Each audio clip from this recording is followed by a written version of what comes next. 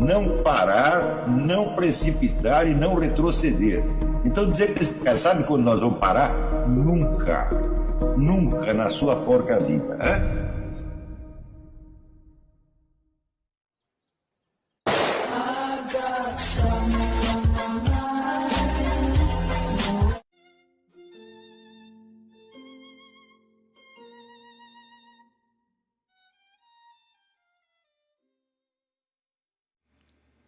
E aí pessoal, tranquilo?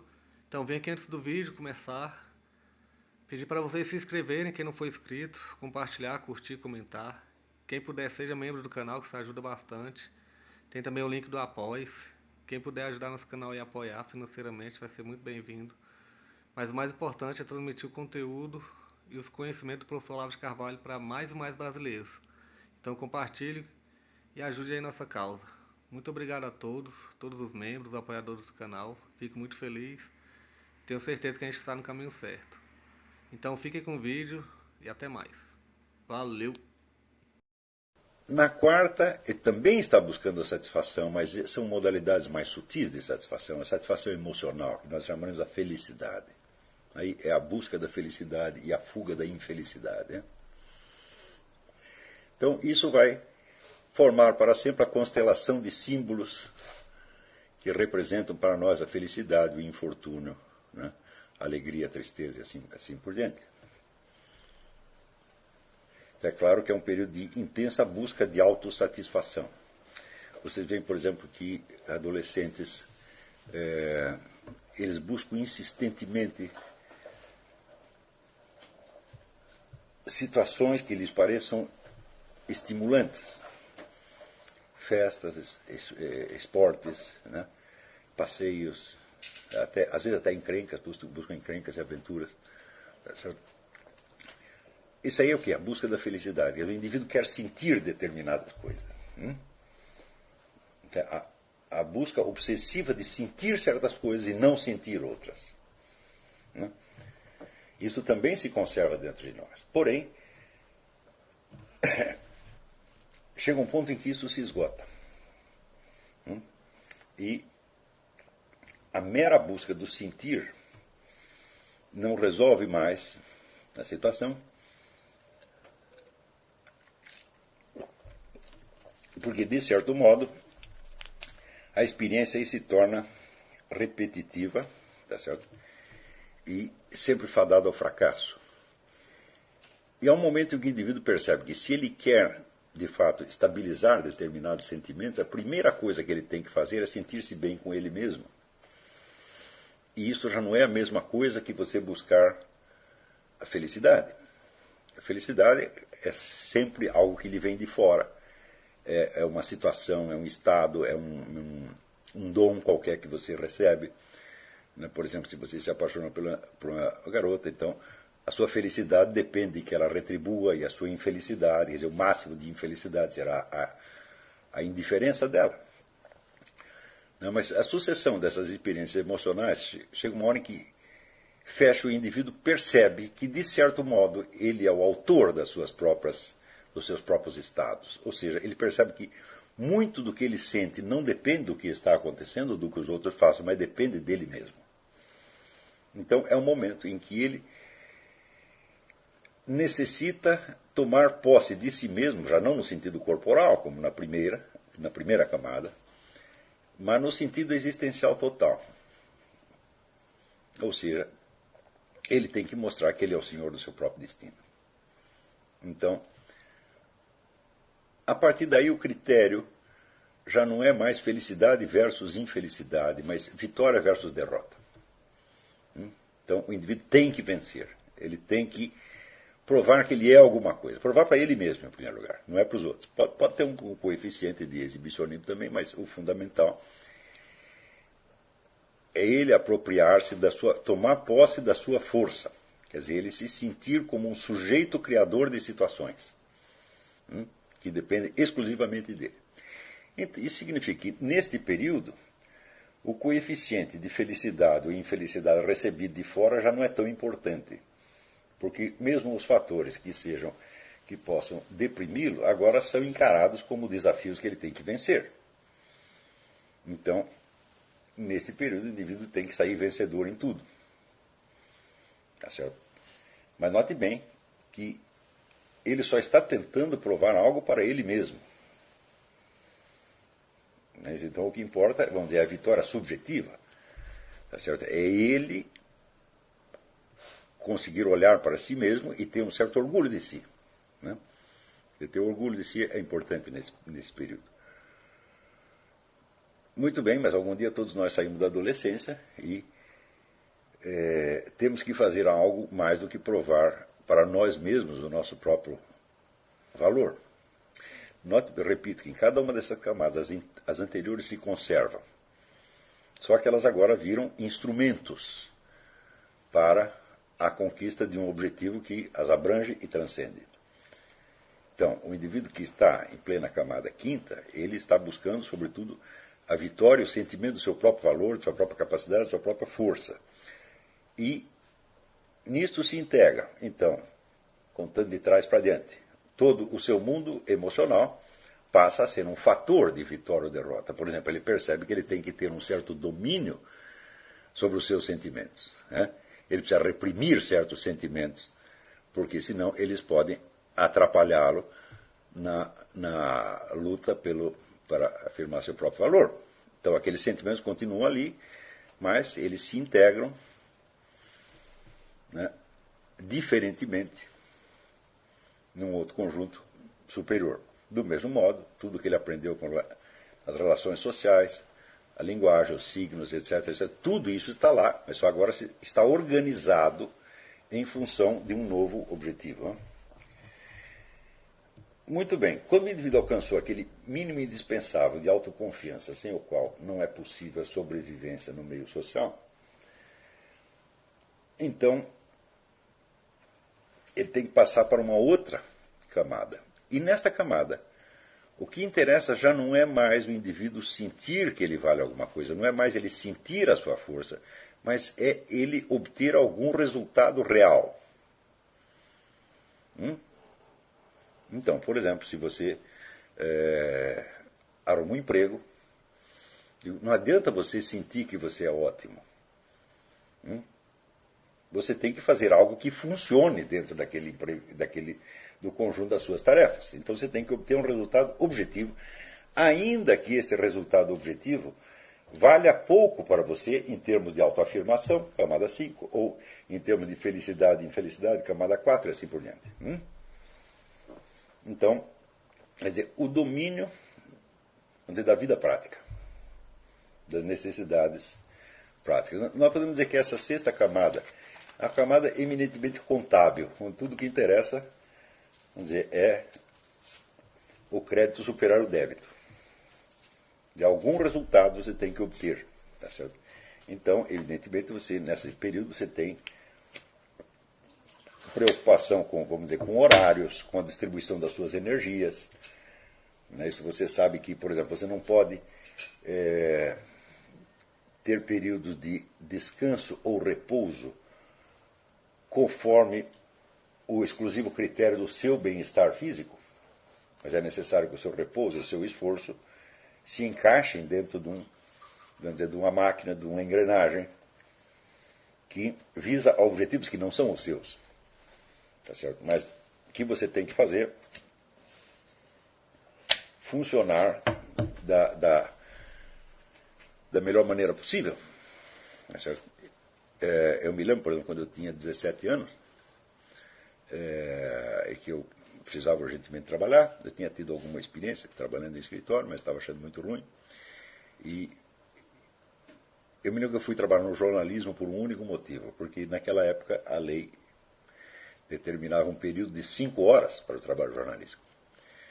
E eu achei, para isso aqui é uma maravilha, porque eu preciso de tempo sobrante para estudar. E fui para o jornalismo exclusivamente por causa das 5 horas.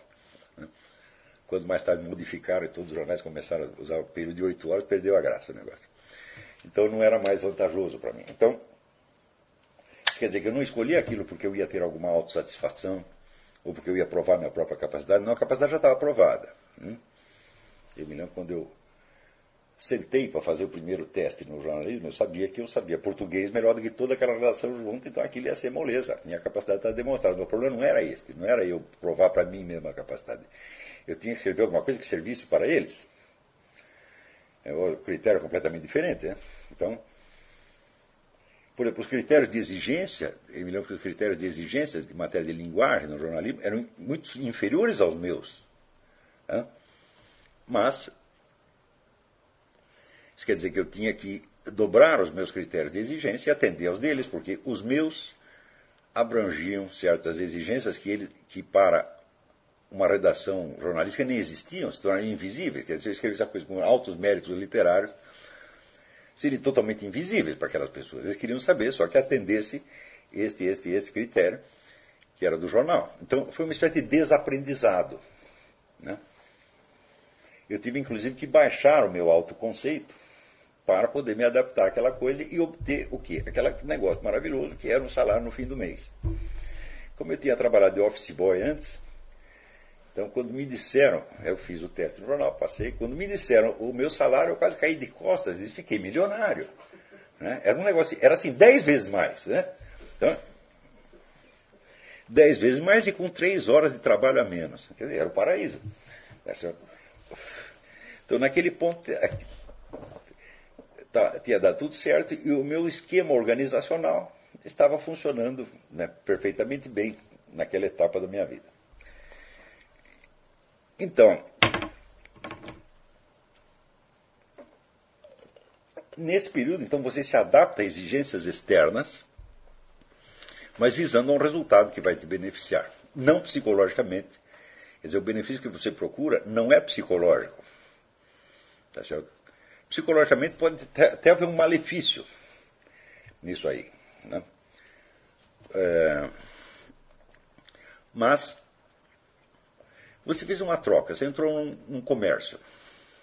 Quer dizer, eu sacrifico um pouco da minha autoimagem, um pouco do meu tempo, um pouco da minha felicidade para obter um rendimento no fim do mês ou no fim do ano, sei lá. Mas é algum objetivo prático. Isso, não claro que não se aplica somente, vamos dizer, à vida econômica, stricto sensu. Quer dizer, em vários domínios da vida você aprende, vamos dizer, a ter um senso prático sem o qual você não pode sobreviver como uma pessoa adulta na sociedade. Né? Então, bom, depois que você já obteve esse domínio, você percebe que você está convivendo com outras pessoas que também estão buscando os mesmos objetivos, as mesmas vantagens, e que não consideram você uma pessoa superior a elas. Que coisa incrível. Aí, pela primeira vez você descobre, né, que você não é a única pessoa que tem objetivos, né, e que os outros não dão muita importância a você. Cada um deles tem os seus objetivos, os seus desejos, tem o seu esquema organizacional, no qual ele não vai permitir que você interfira de maneira alguma. Não é isso? Então, por exemplo, se você está muito ocupado, está doente e não pode fazer um determinado trabalho, você quer que alguém faça no seu lugar, nem sempre você vai encontrar quem faça. Porque os outros também estão ocupados, né? E eles estão ocupados principalmente com os seus próprios objetivos. Se você percebe, começa a olhar em volta e ver, epa, peraí, aqui cada um tem os seus próprios objetivos e nenhum deles considera, por incrível que pareça, nenhum deles considera que os meus objetivos são mais importantes. Tá certo?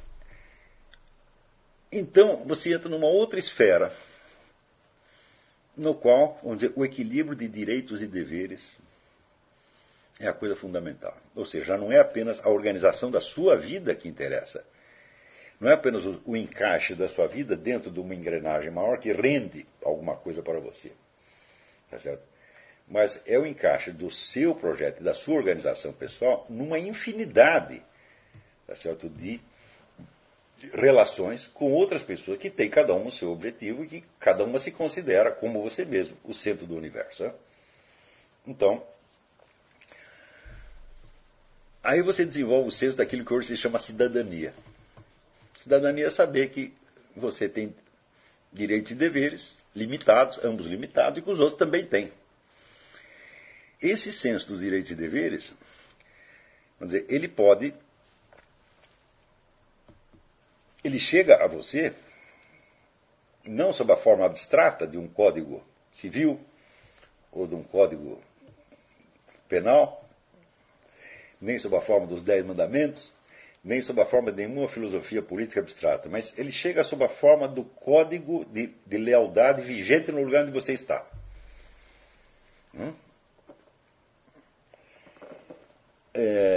Então, por exemplo, eu me lembro que um dos primeiros códigos que eu aprendi, ainda dentro do jornalismo, foi que havia uma conspiração geral para todo mundo trabalhar menos e ganhar mais.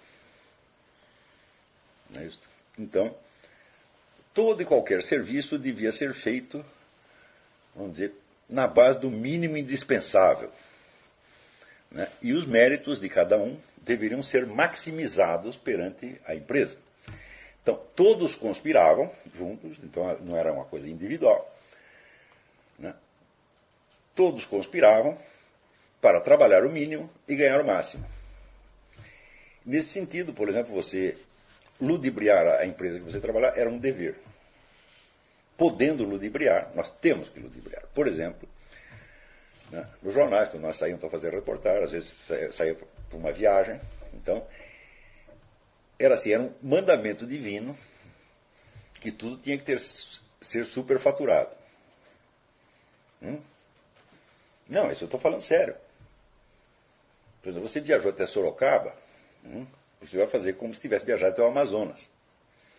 Tá certo? Então, a tarifa do ônibus, do avião seria mais cara, do hotel seria mais cara, tudo seria superfaturado e ia sobrar sempre um dinheirinho no seu bolso.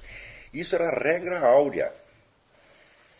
E se você apresentasse contas muito precisas e realistas, os seus colegas iam ficar revoltados contra você. Porque você estava boicotando o superfaturamento deles. Então, essa era uma regra. Adaptar-se a esta regra implica, então, uma ambiguidade. Você tem uma regra para lidar com os colegas, outra para você lidar com a empresa. Tá certo? E a empresa é considerada apenas um malefício, né, temporário que você teve que suportar. Não é isso? No entanto, também havia outra regra.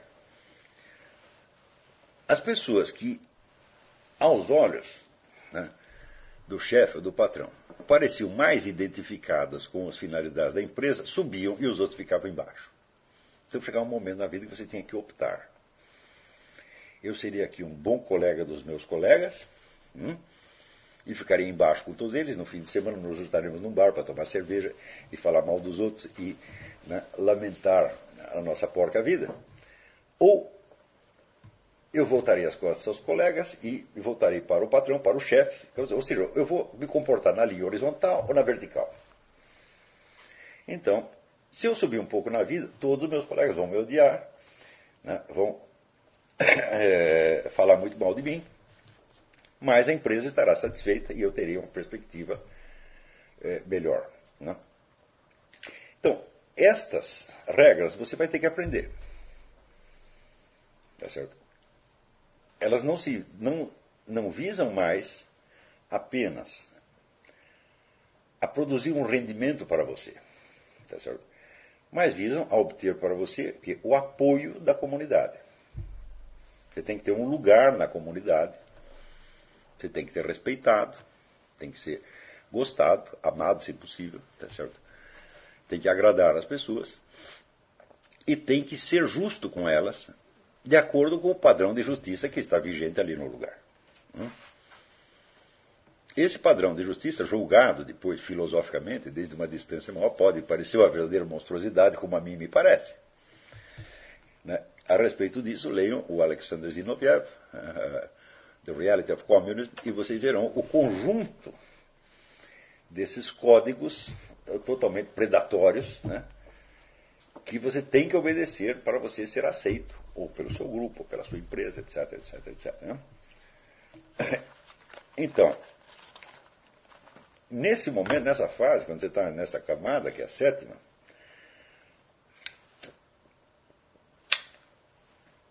o acerto ou desacerto dos vários códigos não interessa ainda objetivamente. Interessa você aprender os códigos e saber praticá-los.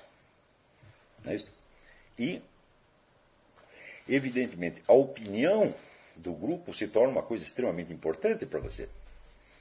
Porque o seu futuro depende disso. Para você abrir caminho na sociedade, você vai precisar ser aceito, né, por algumas pessoas. Por exemplo, vamos supor que você, dentro desse exemplo que eu estou dando, que era o mais comum no jornalismo, pode dizer, era o mais, a regra mais disseminada no jornalismo. Se você subisse, né, na base de agradar aos seus superiores e voltar nas costas aos seus colegas, bom, você subia, mas se você perdesse totalmente a lealdade dos colegas, você não ia ter poder de comando sobre eles. Então quer dizer que as pessoas que subiam no jornalismo tinham que ser, vamos dizer, de uma engenhosidade fora do comum. Porque eles tinham que, ao mesmo tempo, né, agradar os chefes, agradar os superiores, mas não perder completamente o elo de cumplicidade com os antigos colegas. É claro que raríssimo, se eu me lembro, raríssimas pessoas conseguiam esse ponto de equilíbrio. Né? Alguns subiam e eram odiados. Então, quer dizer, quando as pessoas obedeciam de má vontade. E estavam continuamente buscando puxar o seu tapete e substituí-lo por outro que os representasse. Tá certo? Então, basta isso para você ver que a atmosfera nesses lugares era assim, irrespirável. Havia um senso de ameaça, né, por toda parte. Né?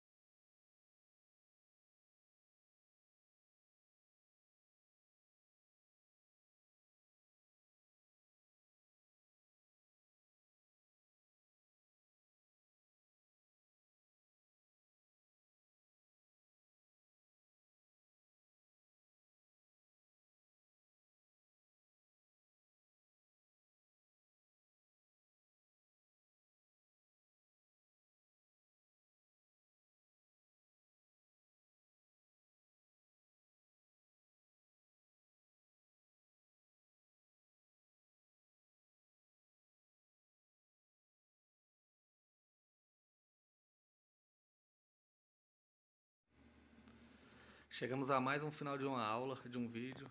Espero que tenham gostado. Quem não se inscreveu ainda, se inscreva, compartilhe, comente. Ajude o nosso canal, apoie, seja membro. E ajude o nosso canal a chegar a cada dia a mais brasileiros que precisam muito do conhecimento do professor Olavo de Carvalho. Então é isso aí, fique com Deus, até o próximo. Valeu! Então é isso aí, pessoal. Que é o nosso canal, que são alguns livros que eu já li. A maioria foi doação, mas alguns eu adquiri, professor Olavo de Carvalho. Alguns livros se perderam aí que eu emprestei, professor Alexandre Costa, a Bíblia Sagrada. 10 lições sobre Karl Marx. Indico a não ler esse livro, que é muito ruim mesmo. Alguns pensadores aqui que realmente, como o professor Olavo de Carvalho disse, não são pensadores. Valeu, tamo junto aí. Apoie nosso canal, seja membro.